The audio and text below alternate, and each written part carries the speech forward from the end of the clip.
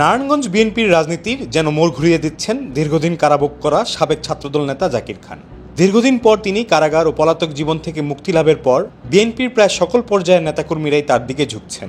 একসময় যারা তাকে সন্ত্রাসী হিসেবে আখ্যায়িত করত, তারাই এখন সেই জাকির খানকে বিভিন্নভাবে নিষ্পাপ বলে আখ্যায়িত করার চেষ্টা করে যাচ্ছেন। সেই সাথে জাকির খানের প্রশংসায় তারা পঞ্চমুখ হয়ে পড়েছেন।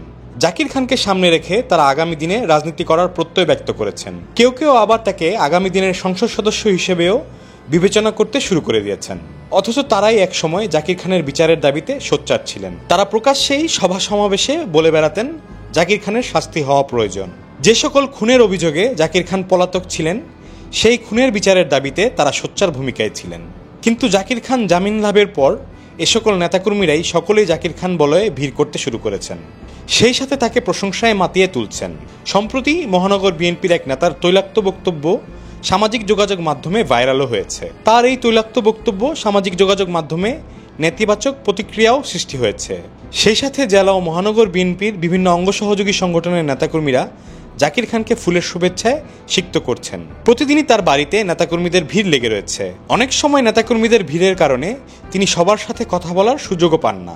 এর আগে গত 13 এপ্রিল নারায়ণগঞ্জ কারাগার থেকে নারায়ণগঞ্জ জেলা ছাত্রদলের সাবেক সভাপতি আলোচিত সমালোচিত সেই জাকির খান কারামুক্তি লাভ করেন। জাকির খানের এই কারামুক্তি উপলক্ষে সকাল থেকে বিভিন্ন শ্রেণী পেশার লোকজন নারায়ণগঞ্জ কারাগারের সামনে ভিড় করতে থাকেন।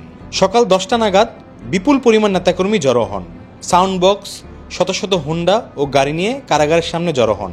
বেলা 11টায় নারায়ণগঞ্জ কারাগার থেকে বের হওয়ার সাথে সাথেই নেতাকর্মীদের মধ্যে হই হুল্লোড় পড়ে যায়। সেই সাথে ঢাকা নারায়ণগঞ্জ লিংক রোড থেকে শুরু করে শহর জুড়ে তীব্র যানজটের সৃষ্টি হয়। জাকির খানের অনুসারীরা শত শত হুন্ডা ও গাড়ি নিয়ে মহড়া দেন, যা সামাজিক যোগাযোগ মাধ্যমে বেশ সমালোচনা সৃষ্টি করে।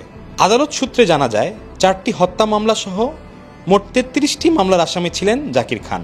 দীর্ঘদিন পলাতক থাকার পর 2022 সালের 3 সেপ্টেম্বর র্যাব 11-এর একটি অভিযানে ঢাকা বসুন্ধরা আবাসিক এলাকা থেকে তাকে গ্রেফতার করা হয়। এরপর ধাপে ধাপে বিভিন্ন মামলায় জামিন পান তিনি। চলতি বছরের 7 জানুয়ারি সাব্বির আলম হত্যা মামলার রায়ে তিনি এবং মামলার অন্যান্য আসামিরা খালাস পান। এর আগে 2003 সালে অপারেশন ক্লিন হার্ট চলাকালীন সময়ে 18 ফেব্রুয়ারি সাব্বির আলম খন্দকার খুন হওয়ার পর এই মামলার আসামি হওয়ায় তিনি নারায়ণগঞ্জ ছেড়ে থাইল্যান্ডে পাড়ি জমান।